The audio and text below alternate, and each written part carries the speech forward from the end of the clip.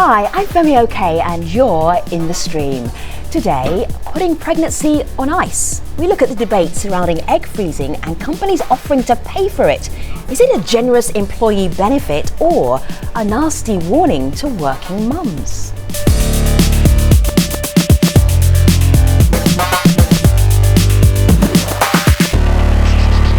I know you're not going to be sitting on the fence in this conversation. Our online community are not doing that either. Malika Bilal, digital producer of the stream, what's going on?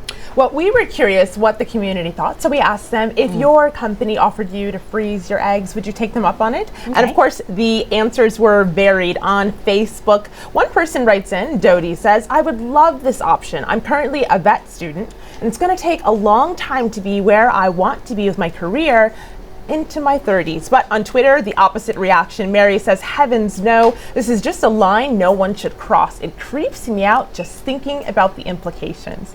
So that's what they had to say. We want to know what you have to say as well. You can tweet me using the hashtag AJStream. But first, here's a look at some trending stories we're following on Twitter.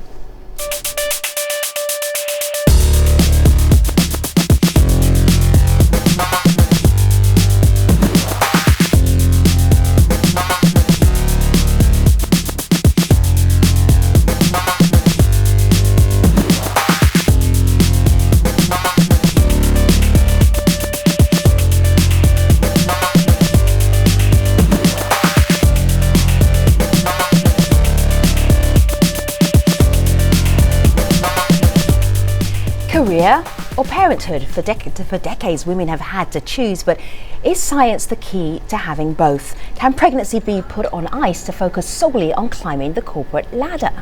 We now have the ability to freeze a woman's egg and potentially freeze her fertility at that point in time to be used at a later date. So you can take a 25-year-old egg, freeze it, and then 10 years down the road when she's 35, she can go ahead and use that egg and have children with the reproductive risk of a 25-year-old. This new science comes with a hefty price tag, roughly $20,000 US. But for female employees at Facebook and Apple, it's absolutely free. The companies have just added it to their benefit offerings in an attempt, they say, to attract more women workers. But is this really just a generous perk, or does it pressure women to hold off on having children in order to pursue a career? To help us talk about this, we have Lara Naiman. She's a writer and TV producer, and she's made the decision to freeze her eggs. In Providence, Rhode Island, Suzanne McGee is a journalist and columnist who's been following this issue. Via Skype in New York, Jennifer Palumbo is Director of Patient Care at the Fertility Authority. And in Orlando, Florida, Seema Mohapatra is a bioethics expert and professor at Barry University. Ladies, it's great to have you all in this conversation on the stream. Lara, yes, you have some eggs somewhere. I have 8 of them. Where are they? They're in a freezer, I'm told. I had my eggs frozen in New York when I turned 37. And they took 13 out of me. Of those, 8 were viable, and those were put on ice. And I know because I got the bill about a month ago that they're still there. Right. So how much did it cost? At the time, the price tag was $10,000. Now, I had good health insurance through my company at the time, so half of it was covered by insurance, and the other half I used to pay for with flex spending. So out of pocket for me, it's really only the annual fee of $1,000 for storage, which is less than my cable. Right, and flex spending for those of us who are not in the US is a way that you can actually pay for healthcare a little bit at a time. It's a tax-free bit of your Tax-free. paycheck. All right, so why? At the time, to be honest, a friend of mine had done it, and we were both single, and it wasn't that we were working so terribly hard. It was just we were in our late 30s, and there didn't look to be any baby daddies on the horizon. And I was really full of panic because, you know, the media does stories saying, you know, your eggs are all gonna, you know, shrivel up, and I thought that my ability to have a child would be compromised. I wasn't sure I could have kids, but I thought that this was sort of the only thing I could do about it, short of, you know, just marrying anyone who walked in off the street and trying to get pregnant. Right. This seemed like a better option. Okay, let me show everybody this how to freeze a woman's egg. Cycles of 4 to 6 weeks. I'm going to get this little animation started as it goes on, and then we're going to look at the very first stage, hormone injections. Let me just bring in here Jennifer. Jennifer, you hold parties to explain to women how they would go about freezing their eggs. Where do you start with the explanation? I think the biggest message out of all of this, at least I hope it is that women should know what their fertility health is. That's something that's not discussed right now, especially in the United States. In 5th grade, we're taught how not to get pregnant and how not to get an STD, but we're not really taught how to get pregnant. And what we're trying to do is make people aware that as early as your early 30s, you can get blood work, see a doctor, find out something called your AMH and your FSH, get a sonogram, tell the doctor your history, and just know your fertility health. So I'm hoping, whether you believe in egg freezing, whether you don't, this just gets the dialogue going about knowing what your fertility health is and what your options are. Okay, Malika. And part of that knowing your fertility health is speaking to a doctor first. So Seema on Twitter, Zahira tweets in that very thing. She says the first step is to speak to a doctor, get all the facts. Freezing eggs is no guarantee for having children. It's only a precaution. But Seema, it's this next tweet that I'd like you to pick up on. Sadiq says he echoes that it's no guarantee that the procedure may work, but he says the freeze limit may be too long. Is there a limit on how long an egg might be frozen for it to then turn into a successful child? We don't know that yet. There has not been, the studies that I've seen, the cryopreservation, the eggs that have been thawed and had a live birth, they have not been frozen for years and decades the way that's contemplated. And so there's no reason that the eggs cannot be frozen indefinitely. There is an unknown about what happens once they're thawed, if it affects the resulting child or the ability to have a resulting child in terms of if it's still going to be a viable egg or not. Jennifer, what did you want to say? I did want to add exactly that, it's still a new process, but right now we're calculating there's been about 15,000 egg freezing cycles in 2014. And this is, as we all know, new technology. It just was deemed viable by the ASRM in 2012. So, like she said, there hasn't been as much data as we would hope right now about how long the eggs can be frozen, but we are still seeing success with frozen eggs. All right, so Lara, you're the... I think they've taken... Yeah, go ahead, Suzanne. I think they've taken the experimental label off insofar as this new vitrification technology is concerned for women who are suffering from cancer or other conditions that might impair their fertility, medical conditions. I think it still applies for women who are choosing this for social reasons. They still maintain this because of these unknown factors. I think my concerns also relate to the fact that these are companies who are saying, hey, we'll provide you with this benefit. And believe me, I applaud decisions like Jennifer's, because she's taking the initiative and saying, I'm going to take control of something that is within my control now, thanks to the advances in medical science. I think that's amazing that it's possible to do that. I do wonder about companies becoming involved. I mean, we've all had the experience of companies offering benefits like vacation time. I mean, how many of us have had vacation time that we're not able to take, that accrues and accrues and accrues? And you work for a Silicon Valley company, and but Suzanne, are you equating saving your eggs for later as the same as unused vacation time? I'm talking about a cultural environment in which you're encouraged to work and work and work. I'm going to interrupt you there and just say that I think impair your commitment to the time. I think that in terms of the benefits that are offered, as a single person, when a company offers me a salary and benefits package, and they say, well, the salary's lower because the benefits package is so much. There's not a lot for me as a single childless person that's value added in that package. I don't need dependent child care. I don't need health insurance coverage for a husband and a baby that don't exist. This is one of the few things culturally that a corporation is doing that's directly targeted at single employees and employees who don't have families. And I think that's a step in the right direction in terms of recognizing that a lot of the people who do the lion's share of the work aren't family oriented and are, perfectly happy the way their lives are right now. Malika. There is an interesting tweet that we got in here, Lara, and I'll share this one with you. This is from Tweetmaster, he calls himself, and he says, what happens if the power fails? Human error. And so I wrote him saying, just to be sure, you mean the power where the eggs are stored? That actually happened to me. I got my eggs frozen at a university clinic that's fairly well known. And during Hurricane Sandy, there were a lot of reports about how a lot of scientific research was lost because the generator went out. And then 2 days later, there was a report in the paper that said how the doctors heroically rescued all the eggs and all the embryos. And I know that a couple of celebrities had also gone to this clinic, so I think they wanted to get ahead of the story and make sure that, you know, they didn't get any big lawsuits. I've been assured that my eggs are still there, but if a baby comes out of me that doesn't look like me, I won't be surprised. So Seema, the bioethicist, is actually laughing. Seema, is that ethical for you to be laughing at that story?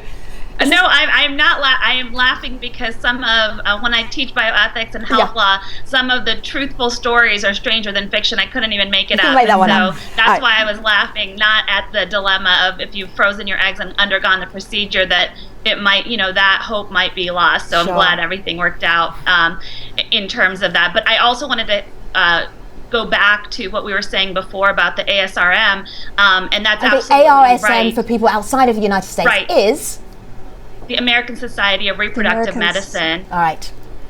And they're the ones that did say egg freezing is no longer experimental, but they stopped short of advocating it for social egg freezing. And so even though the procedure is not experimental, the purpose of using it, they're not going and advocating for it. But I think the more people do an experimental procedure, the better it gets. I mean, in the beginning, HD TV was very expensive and prohibitive for a lot of people, and now everybody uses HD TV. So the more people use a technology, the less expensive it becomes and the better quality it becomes. Yes, but Jennifer. Emotions don't get caught up in HD TV the way they get caught up in fertility treatment.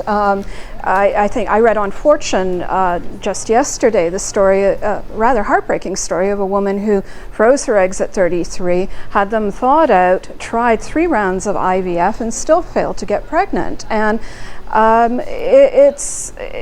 the success ratios are still very low. And I think women that can happen though without frozen eggs. It can happen with just the regular eggs you use. Jennifer, I know you want to jump in, but let me just show something here because it kind of backs up Suzanne's point here. This is a company in New York called Reproductive Medicine Associates of New York. They have a whole video which explains egg freezing, and you'll see some of the pictures of we're talking through this conversation right now. And at the end of their educational video, this is what they told their potential clients. Have a look at this.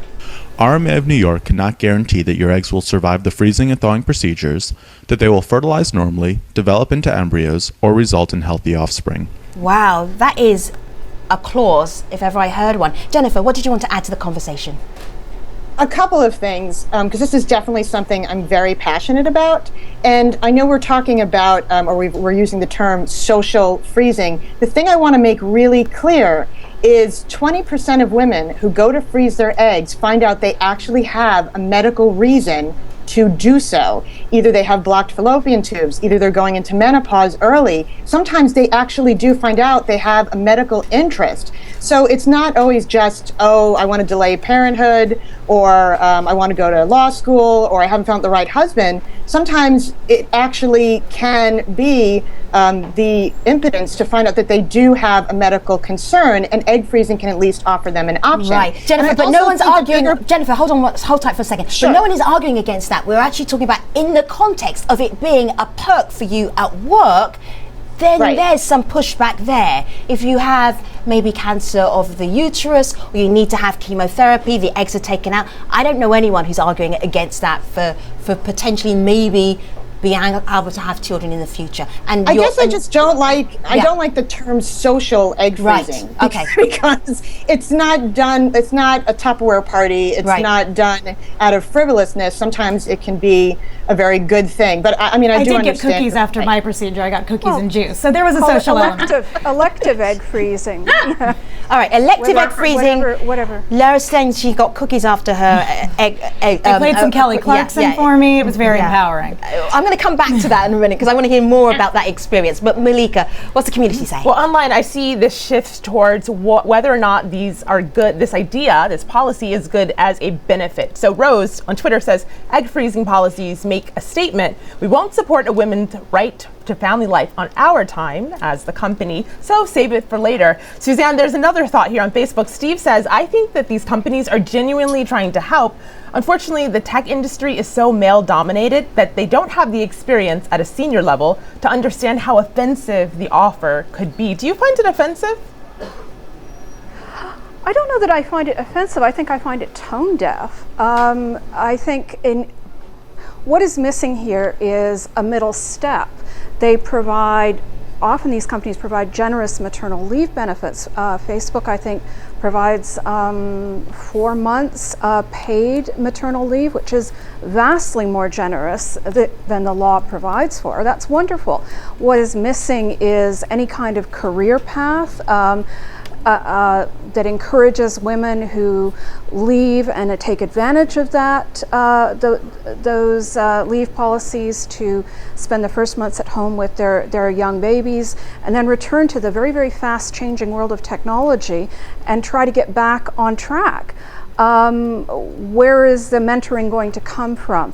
Is there an on-site daycare? No, there isn't. There's a doggy daycare at Facebook. All right, so Suzanne, we did talk to Facebook. They didn't want to come on the show, but they did say this whole doggy daycare thing is at an apartment complex that's housing it's planning, yes. But it's not in their it's a workplace. Plan for their apartment complex. And then they also said, this is some of the other things that they said, because we asked them specifically.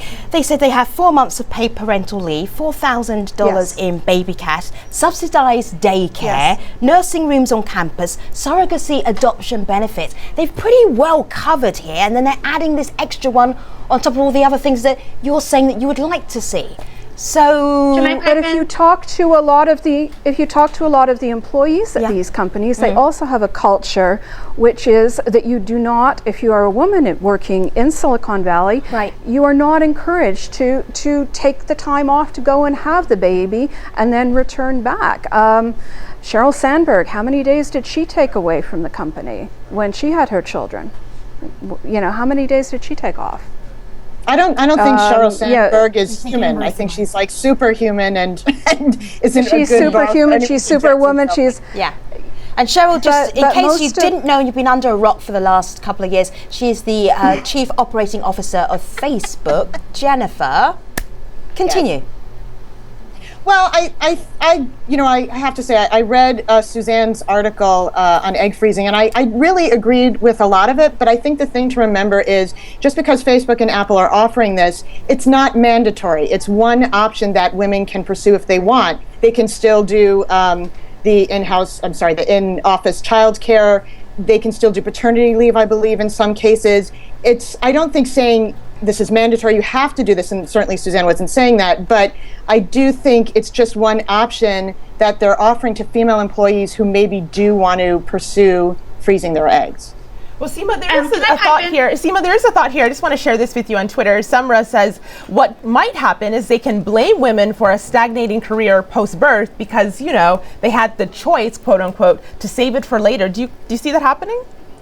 Well, you know, I don't necessarily see that happening, but I definitely worry that the culture will become that the people that are very serious and proactive will take advantage of this benefit that the company is generously offering, and the women that might want to have a child or be in a position to have a child at a younger age, they might not feel that they are being as supported in the workplace. Now, Facebook and Apple are two examples of companies that actually have great benefits, infertility benefits, great adoption benefits, paternity, maternity benefits. What I do worry about that now that egg freezing is getting so much buzz, that other companies will say, well, this is a great recruiting tool. We're going to offer egg freezing and not notice all the other things that Facebook and Apple offer that are actually conducive to having a work-family balance. Okay, ladies, just give me a moment because I want to ask Lara something. Did you have to inject yourself, Lara? Yes, I did. All right, so I'm going to give people a little bit of a warning here, trigger warning. If you don't like injections, you're not going to like the look of this. Because did you inject something called Gonal F, which actually helps? It's like a hormone. No. So what did you have to inject? I had my injections were pretty easy, and also because I was a single woman and didn't have anyone to help me with an injection, they tailored it to me that way. So mine were pretty easy. And then Jennifer, Gonal F, tell us about Gonal F, this hormone. Why did you have to inject it into yourself? I actually met my husband when I was 33, got married at 34, and we started trying to conceive right away. And I was actually told that I had egg issues because I was too old. I had no idea. In the real world, I thought I was young, but in the fertility world, I was up there. So we ended up doing 3 IVFs, and I was a wuss and had my husband inject me with Gonal F. All right. I can't even, but Gonal F, I use the medication that you're referring to. All right, so it helps. It basically, just giving you a little bit more time here before I show you an injection happening. It basically helps you to develop the eggs in the follicles, which is where the eggs are developed inside your uterus. Every month you produce follicles, and each follicle is an egg, and Gonal F helps stimulate the ovaries so you can produce more than one follicle and hopefully get more than one egg. Welcome to the science stream, everybody. All right, now we've distracted you enough. Let's take a look at this injection. Here we go. Grab it, needle in, and hold down, and you can hear it kind of ticking down and the numbers going down. As soon as it gets to 0, you can go fast or slow. They say it's less painful if you do it a bit slowly. You just want to hold that in there for a few seconds. 1, 2, 3, out. Easy, done. I had much more fat to work with than she did. So that's Seal, and she's trying to develop the eggs that then have to be harvested. It's not that easy though, or did you find it super easy? Because when you say egg freezing, people have an image. I want them to make sure they go away from this conversation know exactly what happens. I did not find it as difficult as I thought I would. It's 2 weeks of injections, and the best thing they say to you is that no exercise is allowed for an entire month. Nothing that gets your heart rate up, no bouncing. So if anyone was going to bounce, you don't want to do that at that particular point in time. But my injections were not terrible. I was more afraid of it than it actually ended up being. By the time by the end of 2 weeks, I was pretty good at it. What's worse actually is you go in every morning or every other morning and have blood drawn, and then they let you know what your dosage will be later that day. So it's pretty much a daily monitoring thing. But the injections I did myself were not terrible. And taking the eggs out? I was asleep for that part. They put me out. About 2 weeks in, you're given, you give yourself a drug that will stimulate ovulation, and then they'll go in and they call it harvesting. They put you out for that, and it's basically like a bad period. I had 1 day of recovery. And I was a little worried because I was short of breath the next day, but that can happen after surgery. You get some fluid buildup. And then there was another 2 weeks of no exercise, which I extended out about another 2 months, and then it was fine. Do you ever think of these future potential babies that you may have? Do you think of them like that, or the beginnings of one? I mean, I gave them names, but they were all sort of egg, like Humpty and McMuffin, I mostly, but I don't. Your future partner is just changing his mind right now, Lara. I'm just going to say that. I like the look of her, now I've changed my mind. He probably would have changed his mind about a couple other things first. But no, I mean, I thought it would be a lot more difficult than it actually was. And it isn't. I was able to work. I was maybe a little bit more hormonal. I think I did stomp out of a staff meeting at one point, but no one noticed that I was acting any worse than I normally did. Are people judging you? Do people make decisions based on the fact that you've saved eggs? No. God, no. They always want to know more about it. Wow. All right. Malika. Well, this is what I will tease us for the post show. This is a comment on Facebook from Rashida, who says, the conclusion of this is that these companies can realize more years of focused productivity if women delay families, while the productivity of men is viewed as almost endless. So I'd love to get into whether or not those productivity levels is what this is really for the about. Post show. All right, the post show is stream.aljazeera.com with Lara, with Jennifer, with Seema and Suzanne, and with you hopefully as well. But let me tell you about next week. Next week I am going to the mothership, Al Jazeera's HQ in Doha. So Malika will be co-hosting with somebody you long-term streamers will definitely recognize. Hello, Ahmed Shihab Eddin. So I'm extremely excited to be back in the stream. The truth is I've been in the stream all along, obviously, as the stream goes. But lucky for me, I'm going to be looking forward to next week when we'll be speaking by some special friends that I would imagine, Femi, you would love to talk to, and some of the producers from Sesame Street. So it's going to be a challenge and some good fun. So I'm looking forward to being there in your absence. Sesame Street. Okay, what color am I looking right now? You look a little green. Yes! Oh my goodness, I cannot believe you waited to do that show until then. All right, so I will be in Doha, Ahmed and Malika will be here, and now we are all going to stream.aljazeera.com. See you there.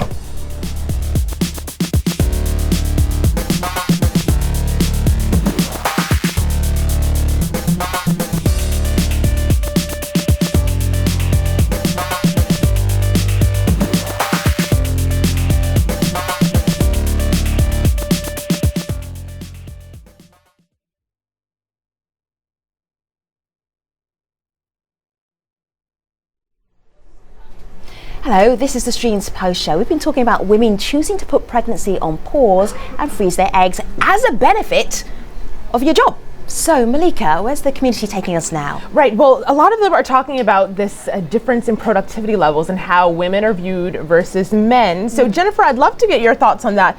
Based on this Facebook comment that I'll just reiterate, I'll sum up that Rashida said, productivity of men is viewed as almost endless, where of course it's the opposite for women. Agree?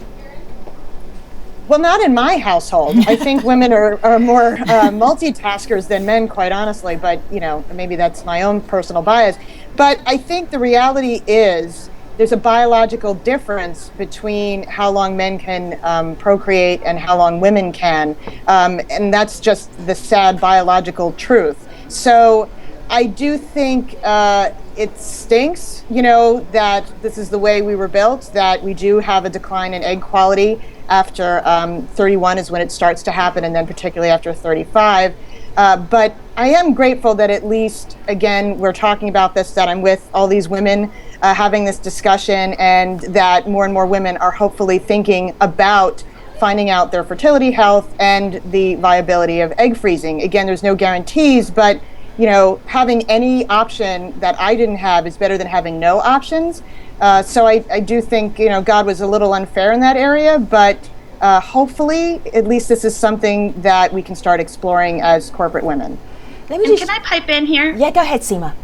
Yeah, I just want to say that I think people like Laura, who have frozen eggs, seem to have really known about the risks, and this was, you know, feel very empowered and knew, you know, this was the best of the situation, and it allowed them to feel in control. I think when you have it in the workplace, one thing, you know, this is trying to fit women into a workplace that's kind of a men's workplace that is centered around working long hours, working, there's not flexibility for having children younger in life. And I think, you know, maybe we need to reset that conversation, because women that have older children are actually probably the most productive workers in the workforce. So I disagree with that comment that women have a short amount of time that they are productive. Maybe that they have a short time where they need to have a little bit more flexibility if they are having children in the workplace, but they're actually just as, if not more productive than men, and that should be kind of acknowledged in the workplace policies. I mean, men pick kids up from school too. Certainly, I've known many professional women that I've encountered as a business and finance reporter who've had children in their 20s. They've been lucky enough, yes, to find the right partner and to work in a company that's supportive of their decision, and they've gone on to build terrific careers. And I've also encountered women who postponed that decision and who bumped up against precisely the same situations that Jennifer and Lara are describing, and one ended up adopting, and one ended up through multiple rounds of IVF. And sadly, it was a failure. I just worry about having a corporate culture that encourages you to defer with no trade-off at the end of it. I mean, I half jokingly in my article suggested that maybe companies may want to make that trade-off explicit by suggesting, hey, if you do this, we'll fast track you. But in some ways, I really wasn't joking. You know, if companies view their childless younger women as more productive, then maybe that's what they should be doing. Well, I think another point is that the childless younger women are often the ones who are expected to stay longer and stay later. I've been told a lot in my career, well, so-and-so has to go pick up their kids, or so-and-so has to be home for the holidays. But the idea is, since I do not have kids, that I can stay and do the work, which, you know, that's fine. Right now, happened to me throughout my career. Exactly. But now that I'm a freelancer, you know? Now that I'm a freelancer and I pay for my own health insurance, any perk is a perk.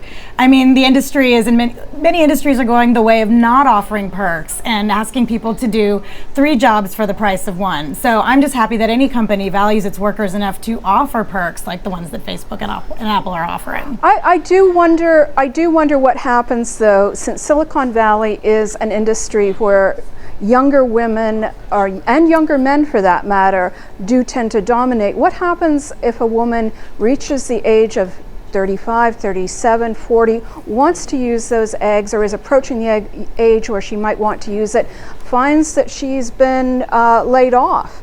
Her finances are strapped. Ooh, She's suddenly Suzanne, I bearing never the cost thought of about keeping that. those eggs frozen. Yeah, I didn't think about that dilemma. What if your benefits just go? So does that mean Facebook keeps your the eggs? benefits go? I don't know. What would happen? The eggs are know. being frozen through the health insurance, and the main cost of freezing eggs is actually the procedure, the extraction. So it's a few $100s a year, Sure. but yes, that's true in terms of it's about $1,000 to $2,000 a year after that. And I hadn't thought about that. If you lose your job at 38, 39, you're cutting back all over the place. Everyone knows that. But if for you an had older kids, you'd have a lot more to cut in back today's on. marketplace. It's harder to find a job anyway. All right, and ladies, you're cutting back. Ladies, take a breath for a second because Malika wants to jump in. Go ahead. Suzanne, it's interesting. You mentioned losing your job. There was also something interesting here on Google Plus that someone wrote in that I hadn't thought of. Leah said this also might be difficult to change employers without a financial cost to you. Let's say you decide to leave the company before you actually use those eggs. But I want to go to another tweet your new here. employer doesn't. Yeah. I mean, your new again, employer doesn't cover that. It's $1,000 a year. It's less than cable, and I feel like that's something because the main outset, as we've said, is in the beginning when you actually have the surgery. It's not any worse than any other benefit loss that you'd have when you left your job. If you are changing jobs, yes. If it's a job loss, I think it's a more serious. Well, then you got more problems than just that. Right. Well, Jennifer, I kind of want to take us full circle here because we talked about the process to freeze your eggs. Online, people want to know what happens when you do want to use those eggs. So Victoria says, even if IVF works, in vitro fertilization, you're an older mother with itinerant health risks. Is that true? That's true. Yeah, I mean, it can be a concern. I, again, went through fertility treatment. When they have the eggs, they basically defrost it, for lack of a better medical term. They inseminate it, and then they have the embryos that they transfer into the woman's uterus in the hopes that it implants. That's basically the process with IVF. I ended up finally getting pregnant at 37. I was borderline gestationally diabetic, but I was just so grateful. And the reality is there's a huge increase in the amount of women over 35 having their first child. There just is. That's the way society is heading towards. And I think we're all working for a solution to accommodate that, to give women as many options as possible. So again, I think even though maybe, some people aren't comfortable with egg freezing, even though it's still a new technology, I'm just grateful that at least it's something that women can look into and possibly pursue. It's just better to have an option. I also have a lot of friends who socially feel that they have to hurry to marry somebody if they want to have the baby. Their life and dating choices are just as scary as their career choices and even weigh on them more. And I feel like a lot of people are able to, if they're able to freeze their eggs, that frees them up in a way to think, I don't have to rush into any relationships, I don't have to lock this down, and I can focus on something that makes me more wealthy in the long run, which is a career. No, but what about, let's say, have a look at this on my laptop here. Your chances of getting pregnant in any 1 month, about 25% tops, maybe 30% roughly for the average. And when you're younger, 20, 24, 26, really quite easy. Then you get up here, you're 38, 40, that bit. And even with smaller IVF, and smaller and smaller chances until it goes down to almost nothing, or you have to be very lucky. And I'm not saying 48-year-old women don't get pregnant, but it's a little harder to do that, and they have help. Are you okay with playing that kind of baby roulette? I personally am. Yeah. Because I feel that there's a lot of children in this world who need parents that don't necessarily have to come out of me. I mean, I have a lot of friends who've adopted through the foster system, and that's just as fulfilling an experience. But that's how I personally feel. A lot of people need that biological connection, and I don't disparage them. Now, maybe if you hadn't frozen your eggs, do you think you might have focused more on where is going to be the perfect partner for me? You wouldn't have thought, oh, I'm okay, I've got this little thing in the background, I don't have to worry about the partner, I can concentrate on my work instead. Personally, I probably wouldn't, just because I'm kind of lazy like that. But I know a lot of my friends who are going through these extreme dating challenges because they're like, I need to lock this down. Yeah. I have a really happy single life, and it doesn't bother bother me, the notion that I might not have kids. Right. But if it really bothers you, there are also other ways to go about it. Like, in my research, I learned that if I wanted to get pregnant immediately, the cheapest place to start would be at a sperm bank, because frozen sperm is a lot less expensive, especially if you don't know the donor. If you're just buying it from the bank, it's a lot less expensive than a lot of these procedures, but that's only if you're ready to do it right then and there. Yeah. So there are plenty of ways to do this, not just one. I'm just interested in a final take from the bioethicist. Can you actually give us a definitive, this is a good idea or a bad idea, and why? If I could, then I wouldn't be a very good bioethicist, right? As I was saying, I was like, no, Seema's not going to say anything here. I think when you hear Laura, you can hear, and I feel like she has a very good idea of, well, this is one option that I might have, but I also might have other options, including adoption, foster child, or not having a child.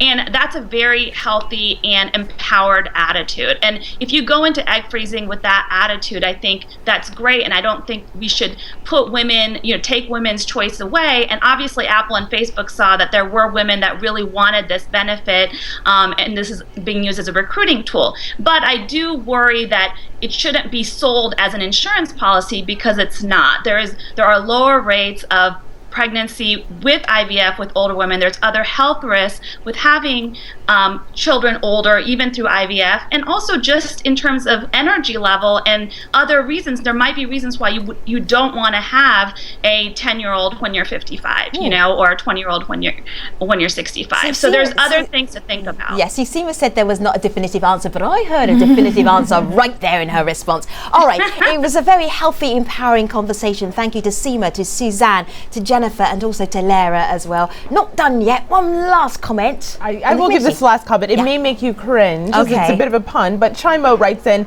egg freezing is not only underexplored, but it's also dangerous for people to literally put all their eggs in one basket. Oh, okay. Cue the groans. Sigh groans from everybody. All right. Wrapping up this conversation, thank you very much for everybody for being in it. Next week, I'm off to Doha, to Al Jazeera's HQ, to meet up with my Doha family, which is fantastic. While I'm there, you're going to do the best shows ever.